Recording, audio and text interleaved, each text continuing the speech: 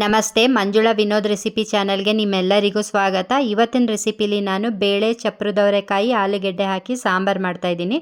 ಬನ್ನಿ ಮಾಡೋ ವಿಧಾನನ ನೋಡ್ಕೊಂಡು ಬರೋಣ. ಇದಕ್ಕೆ ನಾನು ಒಂದು 1/4 kg ಆಗೋಷ್ಟು ತೊಗರಿಬೇಳೆನ ತೊಳೆದಿಟ್ಕೊಂಡಿದ್ದೀನಿ.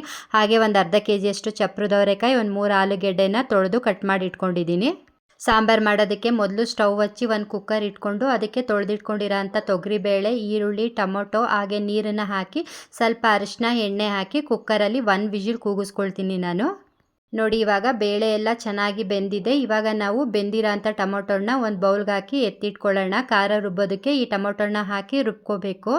ಹಾಗೆ ನಾನು ಬೇಳೆ ಕಟ್ಟೆನ ಇನ್ನೊಂದು ಪಾತ್ರೆಗೆ ಟ್ರಾನ್ಸ್ಫರ್ ಮಾಡ್ಕೊಳ್ತಾ ಇದ್ದೀನಿ. ನೀವು ಬೇಕಾದರೆ ಕುಕ್ಕರಲ್ಲೇ ಮಾಡ್ಕೋಬೋದು. ಹಾಗೆ ನಾನು ತೊಳೆದಿಟ್ಕೊಂಡಿರೋ ಅಂಥ ತರಕಾರಿ ಅಂದರೆ ಚಪ್ರದವರೆಕಾಯಿ, ಆಲೂಗೆಡ್ಡೆ ಮತ್ತು ಚಪ್ರದವರೆಕಾಯ್ದು ಕಾಳಿರುತ್ತಲ್ಲ ಅದು ಸ್ವಲ್ಪ ಇತ್ತು, ಅದನ್ನು ಹಾಕಿ ಬೇಳೆ ಜೊತೆಗೆ ಸೇರಿಸಿ ನಾನು 1 ನಿಮಿಷ ಕುದಿಯೋದಕ್ಕೆ ಬಿಡ್ತೀನಿ. ಇದು ಕುದೀತಾ ಇರೋವರೆಗೆ ನಾವು ಈ ಕಡೆ ಖಾರ ಆಡಿಸ್ಕೊಂಡು ಬರೋಣ ಬೇಳೆ ಸಾಂಬಾರಿಗೆ. ಅದಕ್ಕೆ ನಾನು ಒಂದು ಬೌಲಷ್ಟು ತೆಂಗಿನಕಾಯಿ ತುರಿ, ಬೇಯಿಸಿಟ್ಕೊಂಡಿರೋ ಅಂಥ ಟೊಮೊಟೊ ಮತ್ತು ಒಂದು 3 ಟೀ ಸ್ಪೂನಷ್ಟು ಸಾಂಬಾರು ಪೌಡ್ರನ್ನ ಹಾಕ್ಕೊಳ್ತಾ ಇದ್ದೀನಿ.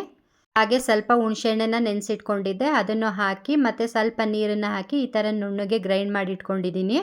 ನಿಮಗೆ ಟೊಮೊಟೊ ಹಣ್ಣು ಈ ಖಾರದ ಜೊತೆಗೆ ಹಾಕಿ ರುಬ್ಕೊಳ್ಳೋದು ಇಷ್ಟ ಇಲ್ಲ ಅಂತಂದರೆ ನೀವು ಬೇಳೆ ಜೊತೆನೇ ಟೊಮೊಟೊ ಹಣ್ಣು ಮಸ್ತ್ ಬಿಡ್ಬೋದು ಬೇಕಾದರೆ. ಈ ಕಡೆ ಬೇಳೆ ಮತ್ತು ತರಕಾರಿ ಎಲ್ಲ ಚೆನ್ನಾಗಿ ಬೆಂದಿದೆ. ಈ ಚಪ್ರದವರೆಕಾಯಿ ಮತ್ತು ಆಲೂಗೆಡ್ಡೆ ಬೇಗನೆ ಬೆಂದೋಗುತ್ತೆ, ಒಂದು 5 ನಿಮಿಷಕ್ಕೆಲ್ಲ. ಹಾಗೆ ನಾನು ಈ ಕಡೆ ರುಬ್ಬಿಟ್ಕೊಂಡಿದ್ದೀನಲ್ಲ ಖಾರ, ಅದನ್ನು ಇದ್ರ ಜೊತೆಗೆ ಸೇರಿಸಿ ಮತ್ತು ಸಾಂಬಾರು ಕನ್ಸಿಸ್ಟೆನ್ಸಿ ನೋಡಿಕೊಂಡು ನಾನು ನೀರನ್ನು ಸೇರಿಸ್ಕೊಳ್ತೀನಿ. ಸಾಂಬಾರು ಗಟ್ಟಿ ಬೇಕೋ ತೆಳು ಬೇಕೋ ನೋಡಿ, ಮತ್ತು ರುಚಿಗೆ ತಕ್ಕಷ್ಟು ಉಪ್ಪನ್ನ ಹಾಕಿ ನಾನು ಒಂದು ಸಲ ಚೆನ್ನಾಗಿ ಮಿಕ್ಸ್ ಮಾಡಿ ಸಾಂಬಾರನ್ನ ಒಂದು 10 ನಿಮಿಷ ಕುದಿಯೋದಕ್ಕೆ ಬಿಡ್ತೀನಿ. ನೀವು ಬೇಕಾದರೆ ಈ ಸಮಯದಲ್ಲಿ ಸ್ವಲ್ಪ ಬೆಲ್ಲನೂ ಸಹ ಸೇರಿಸ್ಕೋಬೋದು. ನೋಡಿ, ಇವಾಗ ಸಾಂಬಾರು ಚೆನ್ನಾಗಿ ಕುದಿ ಬರ್ತಾ ಇದೆ. ಈ ಚಪ್ರದವರೆಕಾಯಿ ಬೇಳೆ ಸಾಂಬಾರು ತುಂಬ ಟೇಸ್ಟಿಯಾಗಿ ಚೆನ್ನಾಗಿರುತ್ತೆ. ಈ ಚಪ್ರದವರೆಕಾಯಲ್ಲಿ ಬಸ್ಸಾಂಬಾರು ಮಾಡ್ತಾರೆ, ತುಂಬ ಚೆನ್ನಾಗಿರುತ್ತೆ. ನೋಡಿ, ಇವಾಗ ಸಾಂಬಾರು ಚೆನ್ನಾಗಿ ಕುದಿ ಬರ್ತಾ ಇದೆಯಲ್ಲ, ಇವಾಗ ನಾವು ಇದಕ್ಕೆ ಒಂದು ಒಗ್ಗರಣೆ ಹಾಕ್ಕೊಳ್ಳೋಣ. ಅದಕ್ಕೆ ಸ್ವಲ್ಪ ಕಡಲೆಕಾಯಿ ಎಣ್ಣೆ, ಸಾಸಿವೆ, ಸಣ್ಣದಾಗಿ ಕಟ್ ಮಾಡಿ ಇಟ್ಕೊಂಡಿರೋ ಅಂಥ ಈರುಳ್ಳಿ, ಒಣಮೆಣ್ಸಿನ್ಕಾಯಿ, ಕರ್ಬೇವಿನ ಸೊಪ್ಪು, ಸ್ವಲ್ಪ ಇಂಗನ್ನು ಹಾಕಿ ನಾನು ಈ ಕುದೀತಾ ಇರೋ ಅಂಥ ಸಾಂಬಾರಿಗೆ ಸೇರಿಸಿ 1 ನಿಮಿಷ ಸಾಂಬಾರನ್ನ ಕುದಿಸಿ ಸ್ಟವ್ ಆಫ್ ಮಾಡಿದ್ರೆ ಚಪ್ರದವರೆಕಾಯಿ, ಆಲೂಗೆಡ್ಡೆ ಬೇಳೆ ಸಾಂಬಾರು ರೆಡಿ ಆಗುತ್ತೆ.